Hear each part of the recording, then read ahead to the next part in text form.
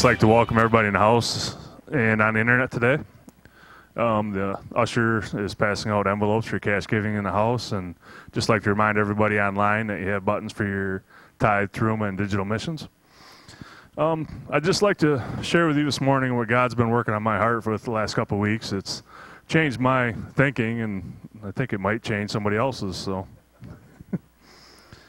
have you ever attempted to repair something, and instead of fixing it, you created a bigger problem for yourself? A couple weeks ago, I was attempting to replace an outside water faucet here at the church. This should have took about 10 minutes. This project ended up removing brick. I'm sorry, Minister Riley. And removing drywall. So this 10-minute repair took about 8 hours to complete. A week ago, in my house, I was repairing a toilet. I needed to change the flush handle. Should have been another 5-minute repair. Unless the nut's so tight that you crack the toilet tank and have to replace the whole toilet. Now, I've been in maintenance my whole adult life, and this has happened to me many, many times. And I would always say, great, now I have more work to do.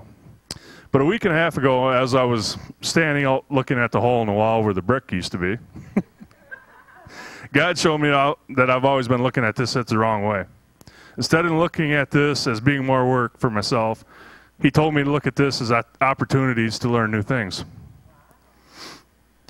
And John 10:10 says, "The thief does not come except to steal and to kill and to destroy. And I have come that they may have life and they may have it more abundantly." Now, if I look at these situations as being more work for myself, then I'm allowing the devil to steal from me, from what God is trying to show me or teach me. So how does this relate to our finances and giving? Well, if we say we don't have enough to give and that we won't be able to pay our bills or we'll be lacking something because we give, then we're looking at this situation the wrong way. If we look at it that way, it's the way the devil wants us to see it. We should be seeing it as an opportunity for God to show us new things and an opportunity for us to trust Him so that He can provide for us. Philippians 4:19 says, "And my God shall supply all your needs according to His riches and glory in Jesus Christ." Now, one example of this, one time I was working on my truck, and there was a part broke. I didn't have the money to fix it. So usually I would say, oh great, there's something else I got to worry about.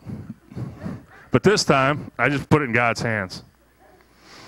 And within 2 minutes, I received a phone call, and a guy needed work done, and it was more than enough to cover the repair or the part that I needed to repair the truck. So when we trust in God and do what His Word says, it stills the enemy and allows God to do what He says He will do, which is supply all our needs. In James 1, verses 2 through 8, or 2 through 4, says, "My brethren, count it all joy when you fall into various trials, knowing that the testing of your faith produces patience. But let patience have its perfect work, that you may be perfect and complete, lacking nothing." So why is it important to count it all joy when something goes opposite of what we think it should be? Because when we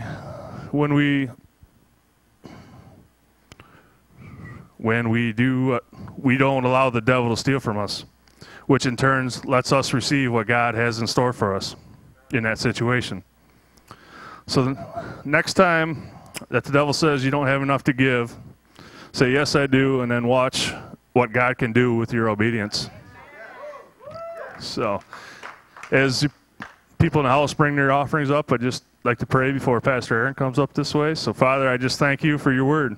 I just thank You that Your Word is true, and as people are obedient to follow Your Word, that You are just and faithful to give the blessings that You say You will in Your Word.